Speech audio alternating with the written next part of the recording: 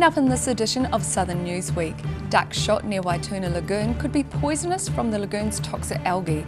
An inflatable bell in Dunedin heralds the launch of a new cancer screening program, and nurses in Queenstown join the nationwide protest for more pay.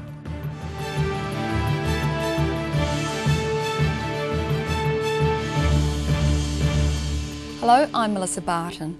Game bird hunters are being warned to avoid contact with the water at a popular duck shooting spot in Southland. High levels of toxic algae detected at Waituna Lagoon may cause health risks to anyone consuming game birds from the area. Sharon Rees reports. Monitoring carried out by Environment Southland has shown high levels of planktonic cyanobacteria at Waituna Lagoon in Southland.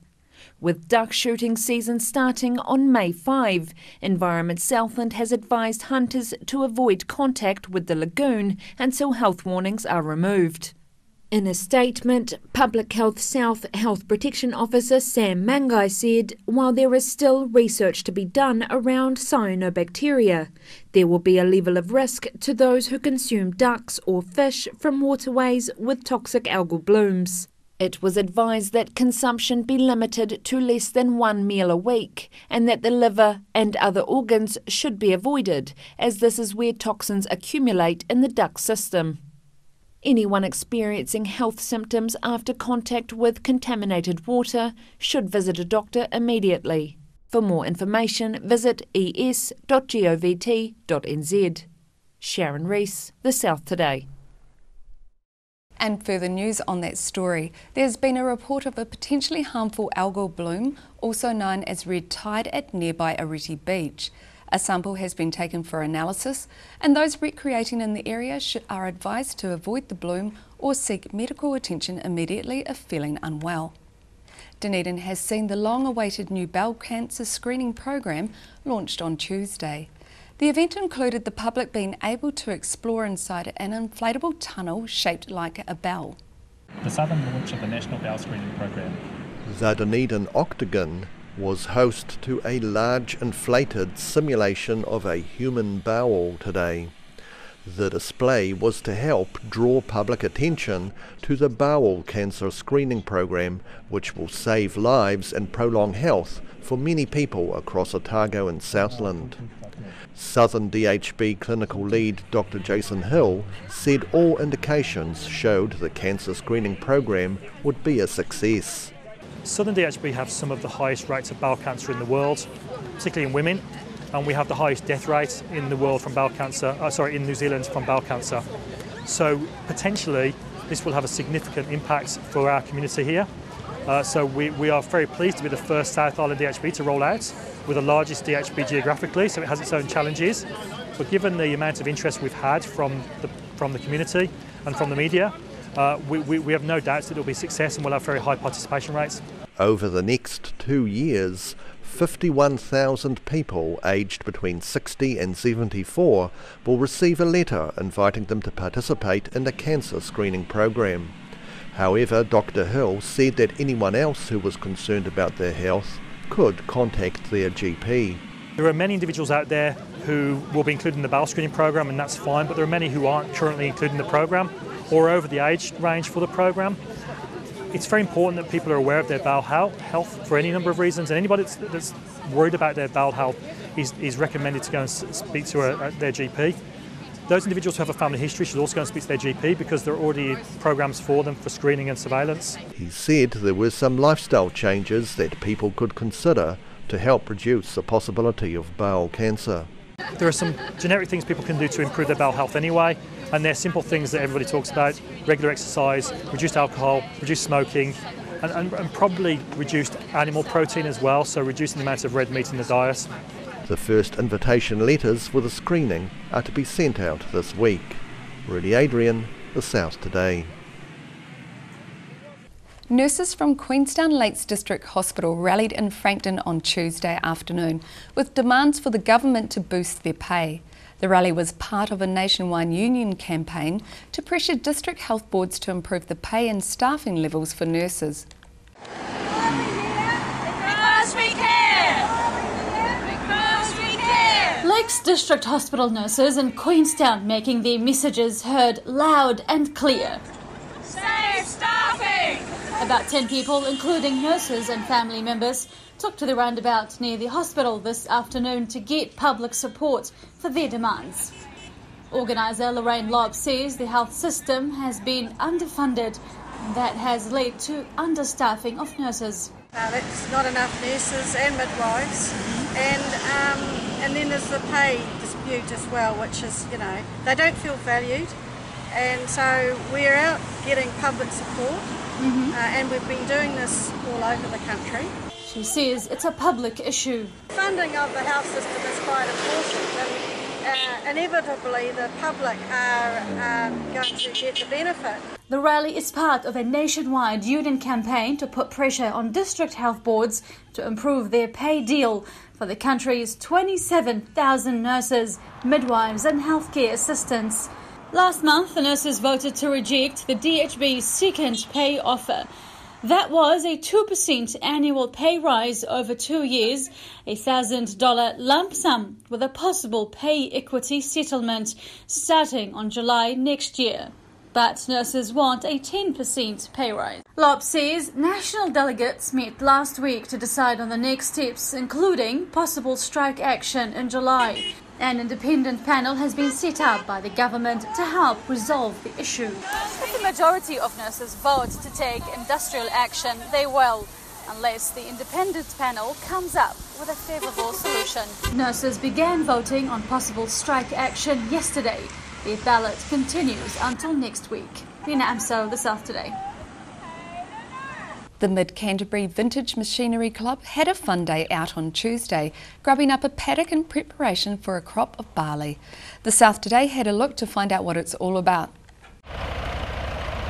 The owners of 8 different tractors ranging from a 1950s Massey Ferguson to a brand new John Deere got a chance to grub up a 9-hectare paddock near Tynwald today. The tractor operators were part of the Mid-Canterbury Vintage Machinery Club, and club president John Hall said they were preparing the land for this year's crop. We've got a paddock that Greg Donaldson has let us have for a couple of seasons to grow barley on. We had barley here last harvest and last year, and we're just cultivating it now so that we can put another crop in. Probably in a month or so we'll put winter barley in. So there's about 8 members here with their tractors today. With harvest likely next January, the crop of barley will be sold to raise money for the club. Rudy Adrian, The South Today. The Invercargill Loss and Grief Centre will soon be offering their support to the wider Southland community. A new support centre being established in Gore is the first step towards supporting Southland's rural communities. Sharon Rees has more. Invercargill's Loss and Grief Centre has increased its services to 5 days a week to meet rising demand. And it doesn't stop there. Centre Director Carolyn Liu says the demand is Southland-wide and that a new support centre opening in Gore next week is just the beginning. We're going to start off with Monday mornings to begin with. But then we've got support groups starting in June, and they'll be Monday afternoons, and then quite happy to grow services if we need to. We're just starting quietly to see what the community needs. We're looking and have secured a base for in Winton, so I'm hoping that in June we'll start servicing there once a fortnight for a day, and then we'll look at Lumsden. But at the moment, Gore and then Winton, and find our feet. She said people were embracing the service due to its relaxed nature and stress-free environment. If they want to walk up and down out there a few times to just breathe and get ready, they can. They're not running to a time frame. They don't have to be here at 2 because the appointment's at 2. So we try and reduce the stress, which I think is a model that isn't really in existence anywhere else. That's why people are more confident to come, because they have made that decision. They weren't told to come, they weren't forced to come. Lou said when she started the service 2 years ago, she never imagined it would have such a wide reach in the region. Never in my wildest dreams did I think I'd be itinerating in the community again. I used to do that in my old job as a teacher. So I just smile thinking, oh, I'm back on the road again. But I love that. I love going into rural communities and supporting them, because everybody deserves that support, not just the bigger towns. The Gore Centre opens on Monday, April 30, with support services expanding to Winton from around June. Sharon Rees, The South Today.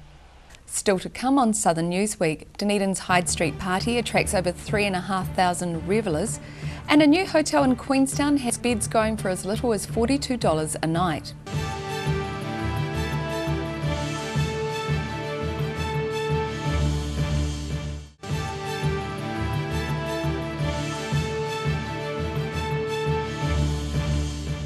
Welcome back. Organisers of the annual Hyde Street Party expect the event to only get better next year after an awesome and almost incident-free party on Saturday. About 3,600 students in a multitude of colours and costumes flocked to the annual North Dunedin Street Party. In the past, the annual student Hyde Street Party has resembled a bit of a battleground, with arrests, disorderly behaviour and the like. Otago University Students Association President Caitlin Barlow-Groom says it's the 6th year the OUSA has overseen the party and is pleased there were fewer arrests this year, in a marked difference from these scenes from 1999. However, this year there were only 3 arrests and only 3 people taken to hospital. Yeah, so it's our 6th year doing it, and we've come so far. So at the beginning, I don't think we were quite sure of what we're actually taking on, and so now we've got this massive event. And last year we had 10 arrests and no one at a hospital. So it's a fantastic event, and I hope it's going to go the same again. Organisers say all 3 of those arrested did not have tickets to the event. Barlow-Groom says there will be a debrief later this week to discuss the event and any improvements which could be made. Possibly nursing hangovers or a bit groggy from a lack of sleep, the street's residents were woken up early Sunday morning, and organisers say the street was cleaned up about lunchtime. Daryl Baser, The South Today. Queenstown has acquired a new hotel that is a little more affordable than the usual hotels and motels in the resort town. However, on the downside, the rooms are a little less spacious than what most hotels provide. The South Today went to take a look. In recognition of the current tourist boom, Queenstown now has a pod hotel, where shared rooms accommodate up to 12 visitors in a style similar to a bunk room. However, guests can gain privacy by closing blinds. The accommodation complex also includes private rooms with ensuite bathrooms. Modern technology allows visitors to check in using a computer terminal in the lobby, and the rooms are potentially keyless with a smartphone application to unlock the doors. The 5-storey hotel has over 270 beds and is owned by car rental company Juicy, and company founder Tim Alp feels it represents a shift in tourism accommodation. For us, it's about creating something which is next generation. It's sort of hostel 2.0 as opposed to what is traditionally in the market. Queenstown Mayor Jim Bolt says the lack of hotel and motel space is an issue for the resort. We've got some more on the drawing board, but certainly accommodation is an issue for us. A quick look online showed a single bunk pod this Saturday going for a mere $42. Queenstown's tourist numbers are expected to grow to over 750,000 visitors per year by 2020. Rudy Adrian, The South Today.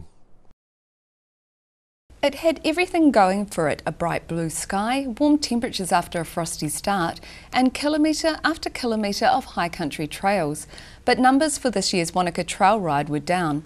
Last year, 860 riders took part. This year, a 1,000 rider limit was imposed, and in the end, 761 took part. Although there were fewer people taking part in the annual Wanaka Charity Trail Ride, organisers say it was a success. One of the organisers understands there's been 4 trail rides in recent weeks, which means some may have had to spend time at home instead of in the saddle. This year's Wanaka ride near Terrace began with a light frost that led to some mishaps: a broken arm, a dislocated shoulder, and a few other bumps, scrapes and bruises. Around 100 volunteers spend 12 hours on the course preparing it and then supporting riders. The trails crossed at Deep Creek and Long Gully stations, and proceeds from the ride will go to new facilities at Wanaka Primary School and Montessori Children's House. Daryl Baser, The South Today. 2 people had a lucky escape when it appears their car pulled out into the path of an oncoming truck in Wanaka on Monday. The South Today was at the scene. It could have been much more serious when a car pulled out of one of Wanaka's tourist hotspots, Puzzling World, just after midday today. According to police, the car seemed to drive into the path of an oncoming truck. St John spokesman Gerard Campbell said of the 2 vehicles' occupants that one sustained moderate injuries while the other got away with minor injuries. The car was severely wrecked and a truck also sustained some damage. Rudy Adrian, The South Today. Still to come on Southern Newsweek, 1,500 runners and walkers took part in Dunedin's Surf to Stadium run, and Queenstown's Community Support Centre gets a new manager.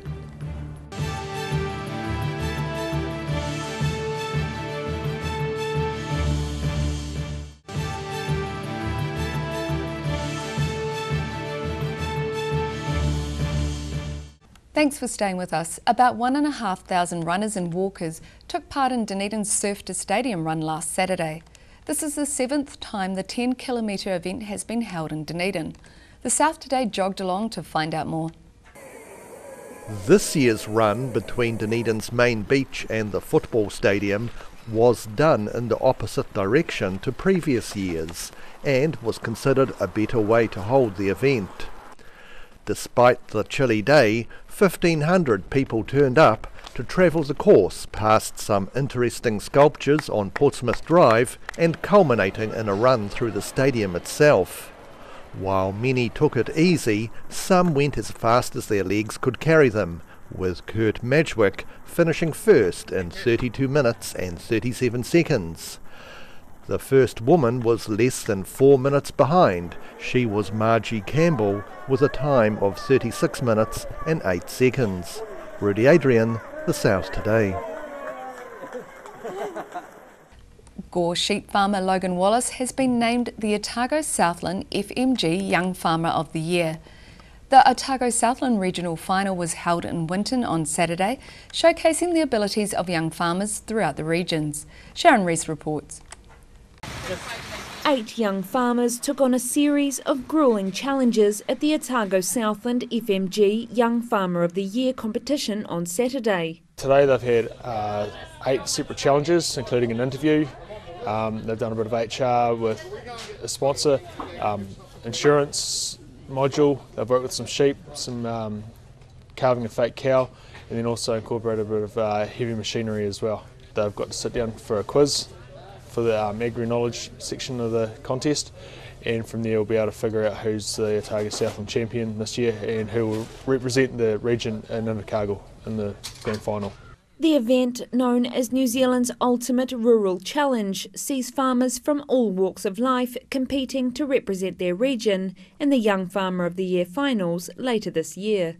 Watching that first head-to-head today, it was pretty good. Some guys finished it, only just though, but she'll be pretty tight competition I'd say today, so we're going to see who comes out on top tonight. The region's younger generation of farmers also competed on the day for Teen Ag and Agri-Kids regional finals. Gore sheep farmer Logan Wallace was named Otago Southland champ on Saturday night and will represent the South in the FMG Young Farmer of the Year finals in July. Sharon Rees, The South Today. She has already been in the job for 3 weeks, but New Happiness House manager Robin Francis is overwhelmed to see the generosity and potential in Queenstown's Community Support Centre. Mina Amso found out more. No, you can sit down and relax now. New Happiness House manager Robin Francis says she's privileged with her new dream job. She's hoping to continue the vision of Happiness House founder Pat Bird. Every day I can't believe people coming in with amazing donations, and I've got my arms out and just thinking, wow, what amazing people that are in this community. Frances was living in the North Island before moving to Queenstown. She sees her new role as a combination of things she's done in the past, such as administration and helping others. This is like the perfect job for me. Long-serving staff Tiana Fraser says Frances will be a great fit. Been fresh. It's she's come in with a lot of energy, confidence. Frances would like to introduce a number of new groups to the mix at Happiness House. These include a group for those with head injury, a music group, plus a first-time fathers group. The house plans to relocate from its Park Street location in downtown Queenstown to Frankton at the end of this year. And while a new location hasn't been decided yet, Happiness House coordinator Nikki Mason says one of the options is moving into a home-style property similar to where they are now. Ideally, it would be great to see a designated community area in the district that would allow all community groups to have a designated area that they can maybe build upon so that we don't have to go through this process. But for Destiny Harper, who's been a regular at Happiness House for over 4 years, says it doesn't matter where the house will be. Yeah, it's not the location that I come. It's not, I mean, it's handy here, but in Frankton it's just as handy when you... I was living in Frankton for 2 years and still coming here to get my produce. Frances is looking forward to the big move and says she's confident her small team will make the transition a smooth and successful one. Mina Amso, The South Today. Families who donated items to the Southland Museum and Art Gallery may have a chance to revisit their taonga. The Museum Board are developing an application process for families to access the items under special circumstances. Sharon Rees reports. The closure of the Southland Museum and Art Gallery due to earthquake risk has sparked some families to request the return of donated items. But according to the Museum Board, it's not as easy as it may seem. We have a policy and a collections management policy that we must abide by.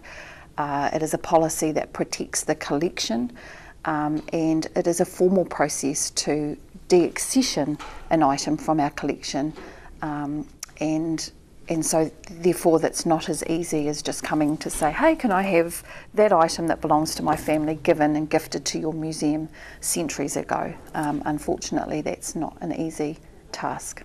Biddle said the board understood the community's frustrations and were developing a process for families to access their donated items. We need to go through a process now, which we are working on, so that they can have access to their taonga for celebratory days, events that they may normally come in and use the collection items.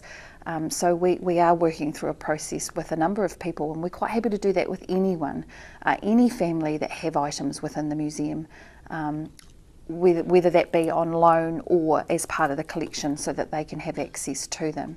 She said the public should be assured that the collection is the board's main priority and that qualified staff would be retained to ensure the collection is maintained and cared for. The staff that we have are incredibly qualified and you would not want to lose the staff that we have, the curators and collection managers and registrars that look after the collection. They are in fact our number one priority to keep, so there will not be a lack of staff in relation to the collection.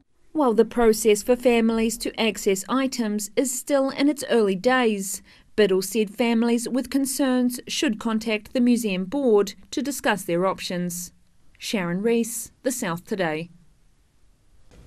That's all from our news team this week. You can go online and check us out on Facebook, or you can keep up with Southern News via our website, YouTube and channel39.co.nz. I'm Melissa Barton and thanks for watching.